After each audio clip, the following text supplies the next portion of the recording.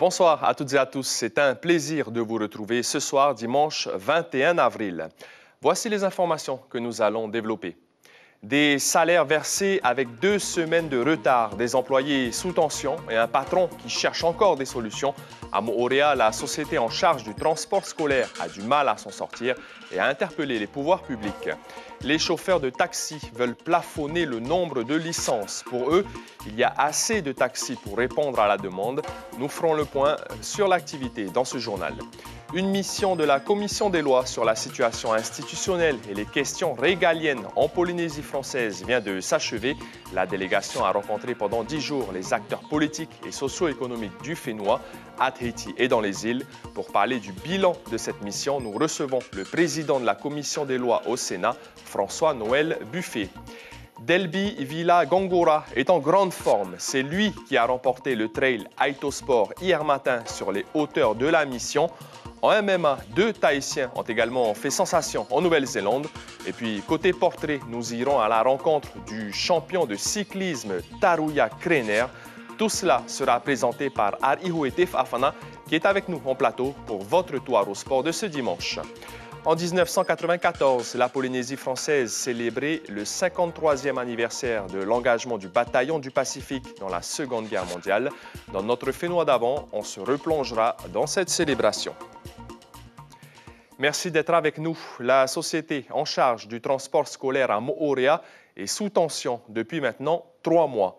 Les missions et les dépenses de Warren Transport depuis le début de l'année sont plus lourdes que prévu. Des problèmes de trésorerie impactent le versement des salaires payés avec 2 semaines de retard. L'employeur cherche une solution et a interpellé le ministère compétent. On voit cela avec Mélodie Ouilamoa Fassionné et Mélissa Chang. Une situation exceptionnelle au départ qui semble s'installer dans le temps. C'est ce que pointent du doigt les 24 employés de la nouvelle société en charge du transport scolaire sur Moorea depuis ce début d'année. Les salaires sont bien versés, mais avec 14 jours de retard, entraînant difficultés économiques et familiales. Nous n'avons plus rien dans nos frigidaires, dans nos placards. Il est difficile de manger. Nous avons besoin de manger. Nous avons besoin de remplir nos véhicules pour nos déplacements. Nous avons bien entendu qu'il rencontrait des difficultés au niveau de sa trésorerie. Nous avons été bienveillants, nous avons été compréhensifs. Mais ce n'est pas à nous, les salariés, de supporter cette situation aussi longtemps. C'est répétitif et du coup, au bout d'un moment, pour moi, j'ai craqué. C'est comme si j'avais plus de vie de famille et à ce jour, comment veux-tu qu'on subvienne à nos besoins si on n'a pas d'argent? Installation quelque peu compliquée pour Warren Transport, déjà en activité sur Rayatea depuis une dizaine d'années. Le nouveau prestataire se retrouve du jour au lendemain seul à devoir assurer tout le transport et scolaire et régulier sur Moorea avec un nombre de bus limité. Les 2 autres sociétés prévues initialement avec lui se sont désistées. Marché plus grand, dépenses et investissements non planifiés ont conduit l'employeur à puiser dans sa trésorerie. Cette trésorerie permettait de régler les salaires des employés parce que tout le monde le sait, quand tu travailles avec le pays, il y a un certain temps pour le paiement. Moi, je ne peux pas être payé à l'avance pour payer mes salariés après. La DG2E paye toujours mi-du mois prochain pour le travail fait du mois d'avant. C'est toujours le 15, 20, 22 au plus tard qu'on est payé. Le virement de la DG2E est attendu demain, lundi, pour donc les salaires de mars. Warren Guiou, impuissant à ce stade, a demandé l'intervention du ministre de l'Enseignement en attendant que les choses reviennent à la normale. Les taxis veulent plafonner le nombre de leurs licences, autrement dit, stopper l'arrivée de nouveaux chauffeurs sur le marché. Pour eux, il y en a suffisamment pour une activité irrégulière qui oscille entre les arrivées de paquebots et autres grands événements et le calme des journées ordinaires. Ils avaient menacé la semaine dernière de lancer une opération escargot sur Tahiti pour se faire entendre, mais le dialogue est finalement amorcé avec le gouvernement. Lucille Guichet, Heidi Enko. C'est une prise en charge record à la sortie d'un aéroport international. Aussitôt sortis de l'avion, ces touristes chargent leurs bagages dans un taxi, direction l'hôtel. Je suis descendu de mon avion, j'ai traversé l'aéroport. Elle m'a demandé si on avait besoin d'un taxi et me voilà. Peut-être 20 secondes. Car malgré le week-end et malgré la présence d'un paquebot en ville, les taxis restent nombreux. 186 licences sont actuellement en circulation sur Tahiti. Pour la coordination du syndicat de taxis, il faudrait les plafonner. Ponctuellement, c'est pas assez forcément quand il y a un rush comme les bateaux, mais après le reste du temps, on ne peut pas donner Imaginons qu'on donne 50 licences de plus. Qu'est-ce qu'ils font ces gens pendant que il n'y a pas de bateau, il n'y a pas de jours extraordinaires? Qu'est-ce qu'ils vont faire? Ils ne vont pas gagner leur vie et c'est pour en faire des chômeurs ou bien des gens qui vont s'endetter, c'est pas la peine, quoi. Autre motif de grogne, les taxis pirates et la concurrence jugée déloyale de l'appli Newcar, un service de transport avec chauffeur qui a dû modifier son projet initial. On a souhaité développer un modèle qui existe partout dans le monde de personnes qui peuvent transporter des passagers. Et malheureusement, suite à une loi de pays qui date de 2005, il nous était impossible de travailler dans ces aspects-là. Donc on est parti sur du covoiturage. Les chauffeurs de taxi ont été reçus la semaine dernière à la présidence. Ils attendent désormais des garanties écrites de la part du pays.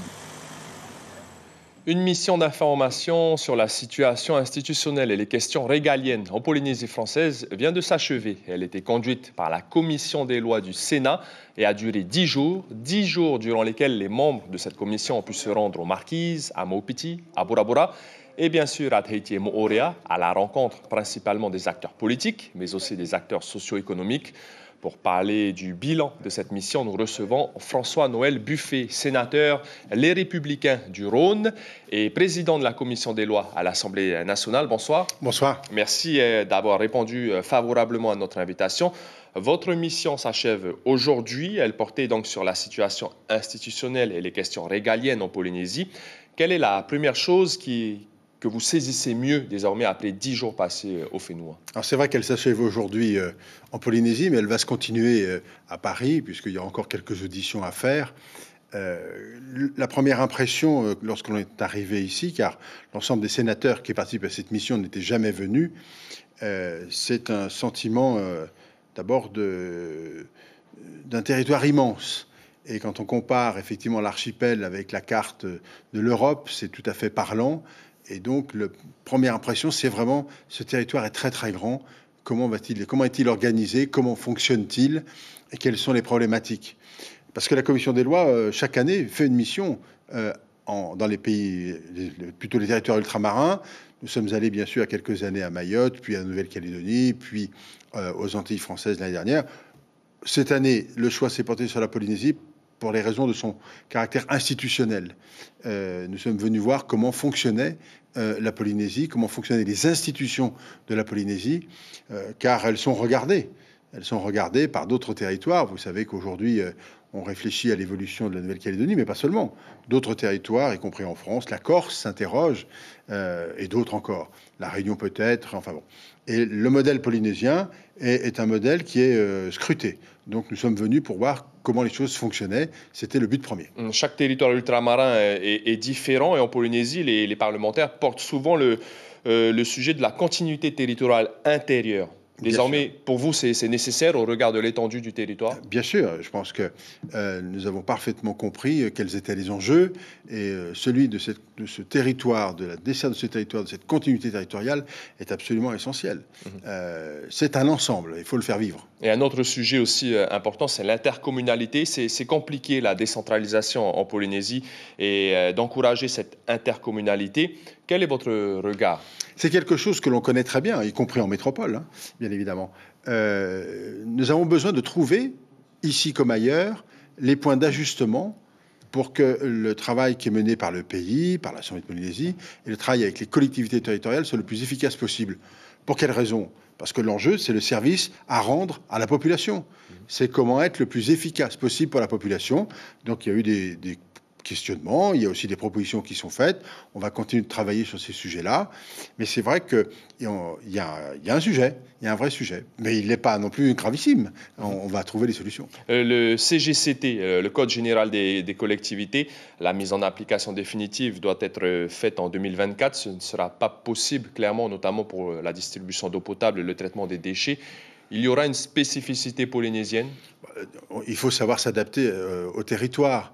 La problématique de tel ou tel territoire, on ne peut pas traiter les choses de la même manière. Donc oui, on va regarder ça de très très près pour permettre une adaptation et tenir compte de la situation polynésienne qui est tout à fait exceptionnelle à tout point de vue. Quelle est la suite maintenant de cette mission et les conclusions seront connues quand? Alors la suite de cette mission, nous allons à Paris auditionner probablement le ministre de l'Intérieur et des Outre-mer, la secrétaire d'État en charge des Outre-mer, peut-être deux autres personnes ou quelques autres personnes, y compris d'ailleurs en visio avec la Polynésie. Et le rapport, on a prévu de le rendre au tout début du mois de juillet. Voilà, c'est à peu près la date à laquelle il sera rendu et on fera sans doute des préconisations. Merci beaucoup, François-Noël Buffet, sénateur Les Républicains du Rhône et président de la Commission des lois à l'Assemblée nationale. Vous retournez en métropole donc ce soir. Dans quelques heures, merci à vous, avec regret. Merci beaucoup à vous. Demain matin, en radio, Marcel Rogemont, président de la Fédération des offices publics de l'habitat, sera l'invité café de la matinale radio. Avec 3000 demandes par an, la Polynésie est particulièrement concernée par le sujet du logement social. Les grands classiques de la musique hawaïenne ont été interprétés durant un concert aujourd'hui dans un hôtel de Fa'a, concert baptisé Aloha Vibration, avec en tête d'affiche Kahealani Fa'atuarei Drole, un Polynésien installé à Hawaï, accompagné du groupe Nahapamele. Ensemble, ils ont chanté plusieurs titres bien connus, notamment de Israël Kamaka Wiwo'ole ou encore de Keali'i Rachel. On passe désormais à l'actualité sportive du week-end.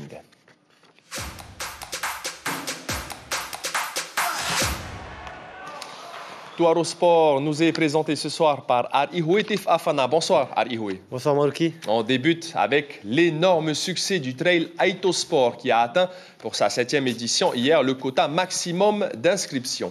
Exactement, Maruki. Pour le premier trail de l'année, 400 coureurs et marcheurs se sont alignés sur la ligne de départ. 2 parcours étaient au programme, une marche de 5 km et un trail de 12 km où Delby Villa Gangora a été le plus rapide en 58 minutes 55 secondes. Le reportage. Absent du trio de tête, Delby Villa Gangora débute l'ascension à la 4e position. Dans la descente, il met les bouchées doubles et distance Damien Troquenet d'environ 2 minutes. Impossible de le rattraper. Une victoire pour l'ultra-trailer, mais surtout une préparation pour son prochain trail en Nouvelle-Calédonie. Je connais bien quand même le parcours, je m'entraîne assez souvent ici à la mission.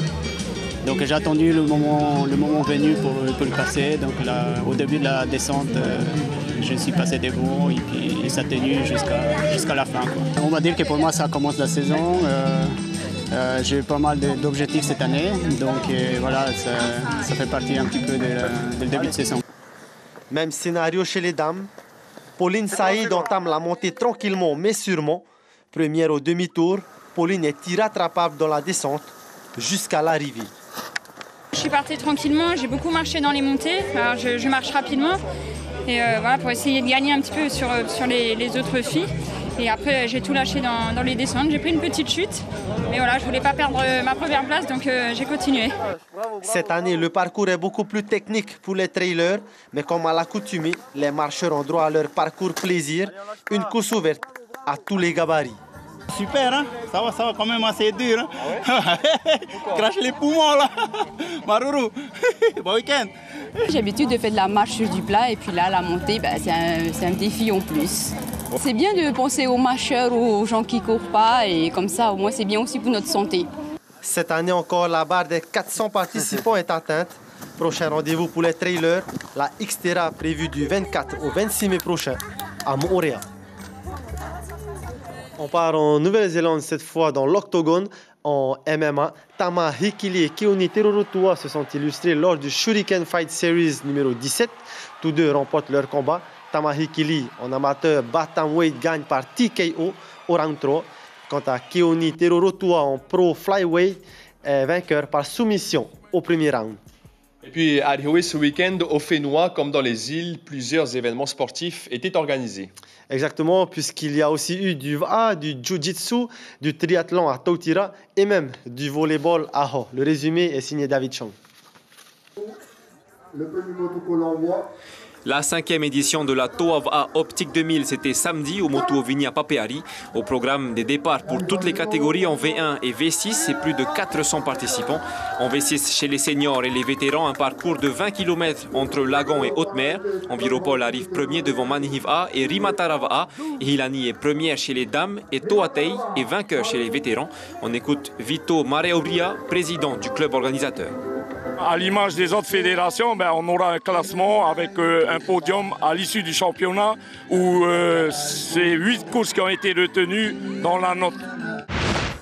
Le jiu-jitsu féminin poussé en avant par Millennium, l'association sportive organisée samedi à Taunoa à l'école Taimoana, le tout premier rassemblement open mat exclusivement féminin. Un moment de rencontre entre passionnés de la discipline et aussi de découverte pour les femmes qui souhaitent se lancer dans ce sport. Une vingtaine de filles de 4 clubs des 4 coins de l'île étaient présentes. On écoute Moea Bressol, instigatrice de l'événement. Quand on est une fille, arrive dans un club où il y a 90% de garçons, si ce n'est pas 95 ou 97%, c'est très difficile de passer le pas.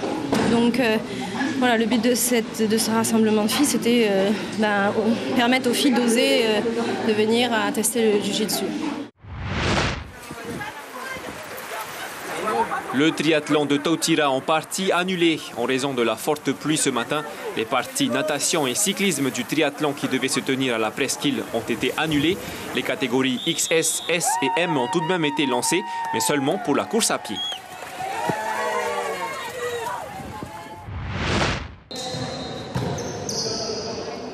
À Hao, le grand tournoi de volleyball Maruake Taharua était organisé ce week-end à la salle Omnisport de Lille.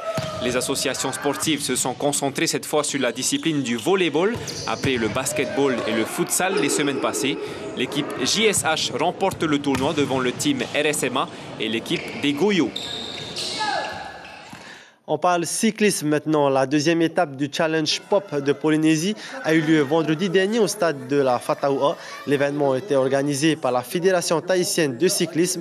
L'Omnium, une compétition sur piste, a rassemblé 36 participants allant de la catégorie U8 à U19. Dans celle des moins de 15 ans, Joris Keleo Dubes du Punaru Cyclisme s'est imposé. Il remporte la course ainsi que le sprint au chrono. David Chong a recueilli sa réaction après sa course. Pour moi, c'est de marquer un maximum de points parce que du coup, un vendredi par mois, on a l'occasion de marquer des points. Je suis assez content. Les adversaires, ils roulaient bien quand même. C'était assez dur, mais j'ai réussi à gagner le premier sprint. Et après aussi, à l'arrivée, j'ai attaqué dans les 200 derniers mètres pour pouvoir distancer les autres du groupe. Et j'ai réussi, même si à la fin, j'ai failli me faire reprendre. Je suis content de ma course. Plus âgés et plus expérimentés, Taruya Krener et Nuumue Lins ont quant à eux brillé lors du Tour de Brisbane Grand Fondo UCI. Et c'était le dimanche 14 avril dernier en Australie. Nos deux Tahitiens ont réussi à se sélectionner pour les championnats du monde de cyclisme en septembre prochain au Danemark. Cerise sur le gâteau, Taruya s'est hissé sur la plus haute marche du podium au scratch. Son portrait avec David Chong. 110 km avec 1200 mètres de dénivelé au centre de Brisbane. Les deux Tahitiens ont réussi à se placer parmi les 25% des meilleurs de leur catégorie. Au départ, ils sont 3000 et 7 coureurs réussissent une échappée au bout de 30 km. Parmi eux, Taruya et Nuumue. Taruya tient jusqu'au sprint final. À 15 km de l'arrivée, il y a une bosse de 3 km à gravir, de 8% de moyenne. Donc au pied, j'attaque et il y a un autre concurrent qui vient avec moi. Il y a deux les 15 derniers kilomètres et au sprint, j'arrive à le battre au sprint. Voilà. Surpris de son résultat à Brisbane. Et depuis quelques temps, j'essaie de rouler un peu plus avec lui, donc comme j'ai pu te dire un peu plus tôt. Hein. Donc il faut rouler avec les meilleurs pour essayer d'être meilleur. Taruya est donc qualifié pour les championnats du monde de Grand Fondo UCI qui auront lieu au Danemark au mois d'août. Il sera opposé à plus de 400 concurrents. La montée de Mahinarama est un terrain d'entraînement de choix. Au programme pour Taruya et son ami, des séries de 2 fois 10 minutes en allure de course. On travaille notre puissance parce que on va venir développer la force et aussi là on peut faire un travail de vélocité derrière pour gagner en puissance. Donc voilà, c'est une montée que j'ai eu l'habitude de monter quand j'étais vraiment en minime cadet avec mon cousin. Et c'est une montée historique aussi parce que ça fait très longtemps qu'elle existe, donc c'est toujours plaisant de venir ici. Et même si le plus dur est fait, rien n'est encore joué pour les 2 coureurs qui doivent encore trouver entre 700 000 et 1 million de francs pour financer leur départ. On n'est pas sûr encore on est qualifié certes, mais on n'est pas encore engagé. Donc ça c'est une autre chose, il faudra payer l'inscription déjà qui coûte quand même un sacré prix. Et puis à partir de là, quand on aura les billets et puis l'engagement, le reste ça découlera de suite. Tarouya vise le podium pour ces championnats du monde, mais en attendant, comme tout résultat se mérite, il s'entraîne jusqu'à 15 heures par semaine. Et un autre Aito est également sur le point de réaliser un exploit en V1 cette fois-ci. Lundi à 22 h, Steve Tehut Ata a prévu de quitter Tahiti pour rejoindre Bora Bora en passant par Huahine à la rame. Plus qu'un exploit, cette performance sera pour lui une manière de rendre hommage à son frère, puisque l'objectif est de ramer la pirogue de Kevin Quider chez lui à Bora Bora. Une course en sa mémoire est prévue le samedi 27 avril. Et c'est également sur cette performance que nous clôturons cette page. Merci Ari Hoé pour toutes ces informations sportives. C'est ainsi donc que l'on referme notre page Touaro Sport.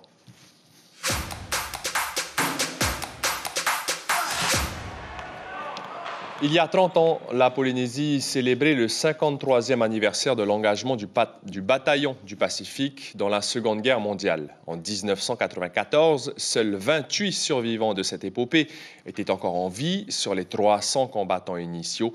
Pour revivre cette célébration, on replonge dans nos archives à travers la rubrique Fénois d'avant.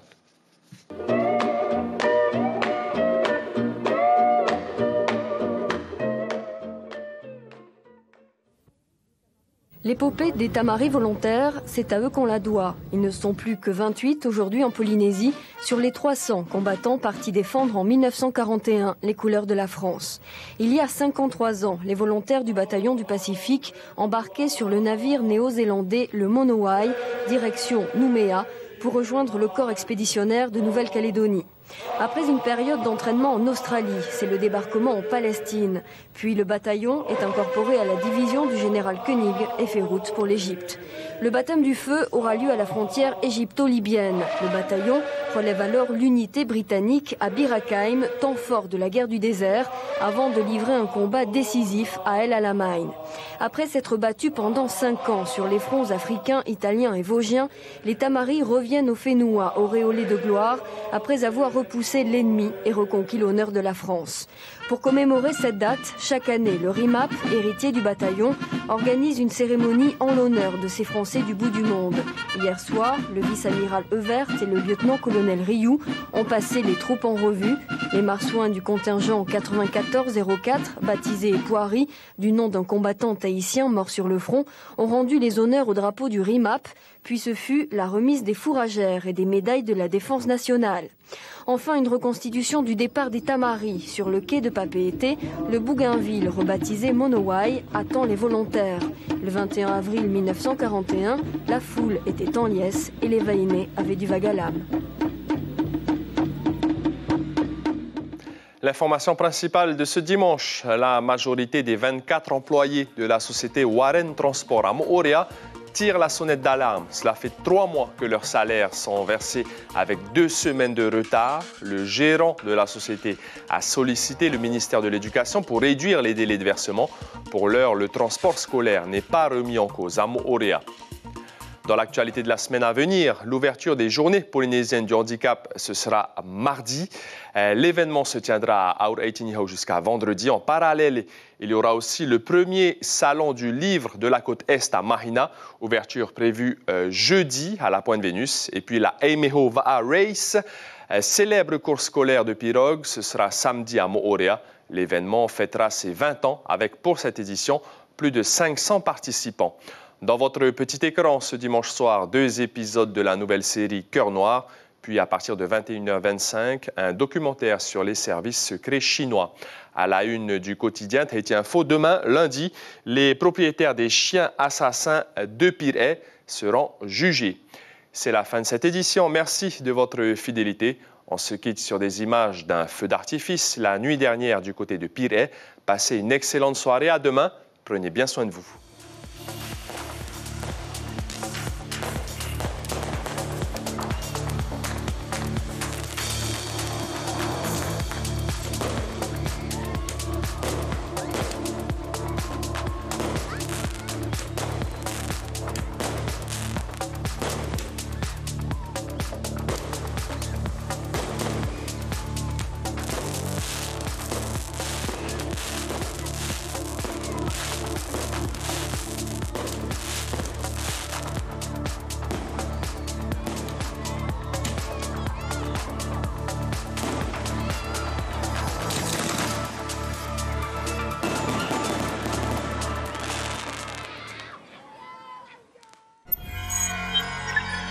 Retrouvez ce programme en replay sur notre site internet.